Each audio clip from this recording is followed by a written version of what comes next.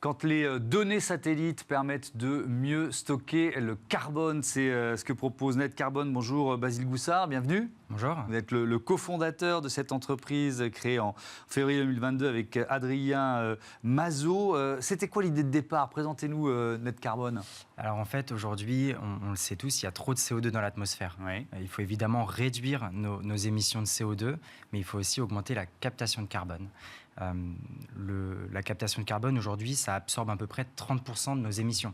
Donc concrètement, 30% des émissions à cause des habits que je porte, à cause du plateau, sont déjà absorbées par la végétation. D'accord. Le gros point maintenant, c'est qu'il faut s'améliorer, il faut aller beaucoup plus loin. Et pour ça, il faut se mesurer. Donc il faut un outil de mesure qui soit impartial, objectif partout. Et c'est ça l'idée principale de Net Carbone, c'est d'apporter une solution qui permette de mesurer combien de CO2 est absorbé par la végétation, puis de permettre à faire en sorte d'en absorber davantage. Parce que vous partez du principe que la nature, c'est un puits de carbone qu'on doit développer, c'est ça? Qui est à disposition d'une certaine façon? En fait, on est persuadé que le meilleur moyen de lutter contre le changement climatique, c'est d'accompagner et d'aider la nature.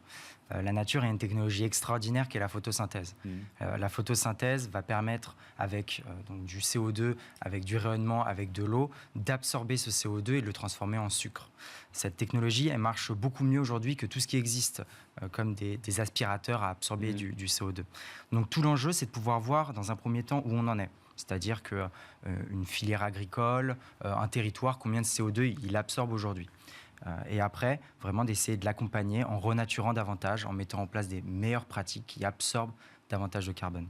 Donc oui, tout à fait, on est persuadé que la nature est la solution, qu'il faut l'accompagner, et pour ça, il faut pouvoir voir où on en est et où on peut aller. Avec donc des données satellites, on va rentrer dans le détail du fonctionnement. Donc, ce ne sont pas vos satellites que vous envoyez, parce qu'il y a des jeunes entreprises françaises qui le font. Donc, quelles données satellites vous récupérez, vous utilisez? Alors, on va s'appuyer sur les données satellites de deux types de sources. On travaille avec les données satellites de la NASA.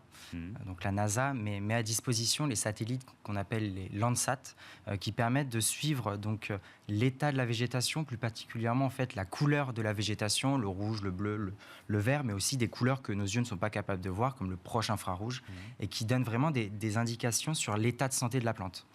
On travaille aussi avec les satellites de l'Agence spatiale européenne, donc les satellites du programme Copernicus, qui sont assez connus, et ces satellites-là qu'on appelle les sentinelles, parce que c'est les sentinelles du climat. On récupère toutes ces données. Donc de ces deux typologies de satellites, NASA et ceux de l'Agence spatiale européenne, pour pouvoir avoir un suivi quasiment tous les 5 jours de l'état de la plante, de l'état de la végétation, et in fine, avec l'algorithme qu'on a développé, de la captation de carbone que cette plante va absorber. Et ça fonctionne comment pour vos clients? Ils ont quoi? Ils ont une appli, ils ont une plateforme sur leur environnement numérique? Comment ça fonctionne? Alors on a voulu, et ça c'est l'élément principal, c'est vraiment de permettre de simplifier au maximum la mise en place de l'augmentation de la captation de carbone.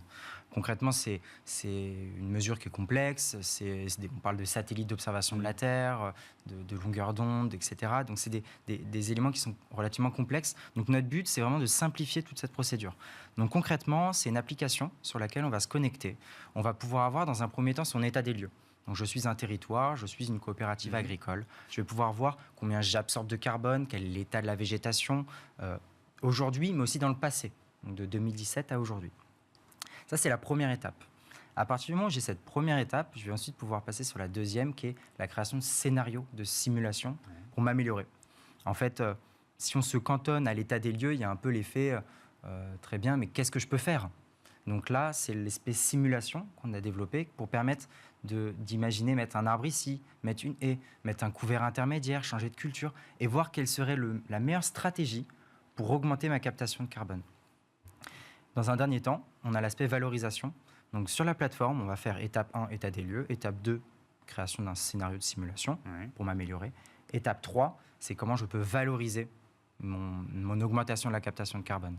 Concrètement, est-ce que je peux l'intégrer dans mon bilan carbone, dans mon rapport RSE? Est-ce que je peux donner accès à ces informations à mes citoyens? Voilà. Quelle est la meilleure solution pour pouvoir après intégrer ces projets, intégrer ce travail dans l'entreprise. Si on parle du monde agricole, par exemple, et je reviendrai aux autres questions, mais sur la valorisation finalement de l'amélioration de son bilan carbone, c'est une information qu'ils vont donner à leurs partenaires, qui est demandée par le partenaire. Par exemple, si on imagine une coopérative agricole d'un côté, un géant de la grande distribution de l'autre.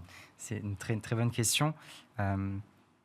Aujourd'hui, beaucoup d'entreprises s'engagent vers la transition écologique, donc construisent des plans, des stratégies pour dire il y aura une réduction de 30% de mes émissions, il y aura mon bilan carbone qui va diminuer de temps, etc., etc.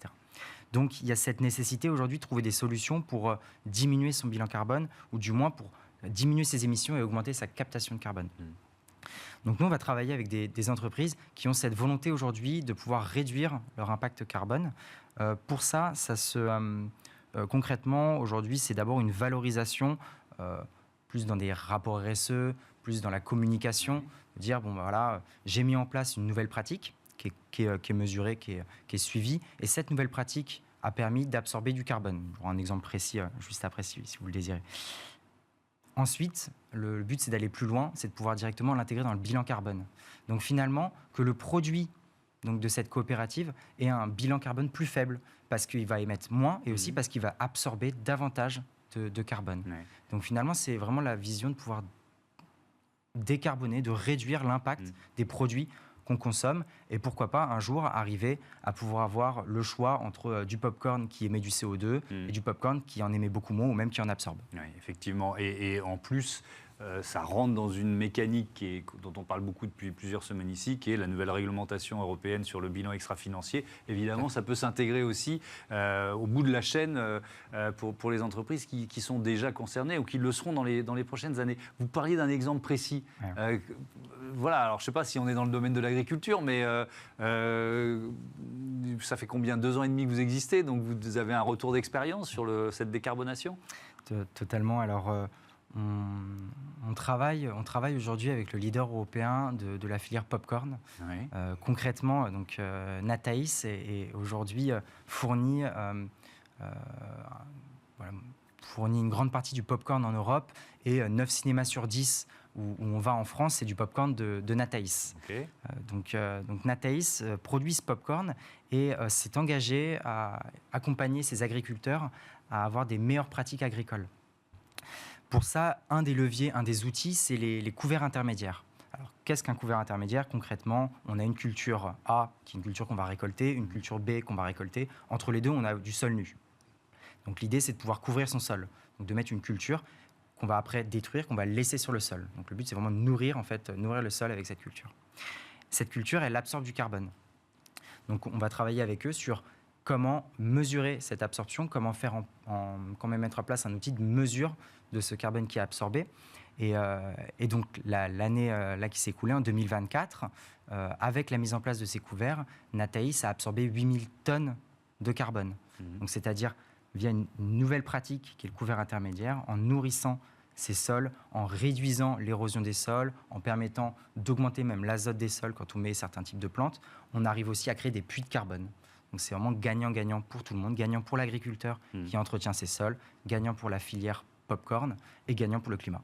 Et donc il y a ce domaine de l'agriculture, il y a aussi le domaine du foncier. Donc là, qui sont aux clients dans ce cas-là ? Plutôt des municipalités, des collectivités, des bailleurs, et puis surtout, pour leur proposer quel service ? Eh ben, un peu tout le monde en fait, ouais. Un peu tout le monde. Et pour ça, c'est assez simple, c'est qu'on peut capter du carbone partout où il y a du foncier. En fait, partout où il y a de l'espace, on peut renaturer. Et donc c'est sur ce constat qu'on se base avec NetCarbon, c'est de pouvoir adresser ces clients, ces utilisateurs, en leur fournissant une solution qui est la même, c'est-à-dire état des lieux, combien j'absorbe de carbone aujourd'hui, où est-ce que j'ai de la végétation, où est-ce que aussi j'ai des îlots de chaleur, il y a plein de choses qui sont mesurées par le satellite. Donc tout ça est fourni directement sur la plateforme. Après, comment je m'améliore ? Donc là, on accompagne par exemple la ville de Bordeaux pour faire l'état des lieux sur la captation de carbone, et puis après pour construire des scénarios pour s'améliorer, donc pour renaturer, pour mettre des types d'essence, pour pouvoir améliorer des projets de renaturation. Tout ça pour permettre finalement, à la fin, d'avoir des villes, des espaces urbains qui soient plus vivables, qui absorbent du carbone et qui nous permettent vivre dans une planète qui soit à peu près vivable. Un peu plus vivable. Levée de fonds annoncée de 1 million d'euros, c'était en juin dernier. Évidemment, une étape importante de votre développement. Un mot de la stratégie à partir de cette levée de fonds pour les prochains mois, pour les prochaines années? Alors, l'enjeu aujourd'hui pour nous, c'est de pouvoir consolider évidemment la technologie.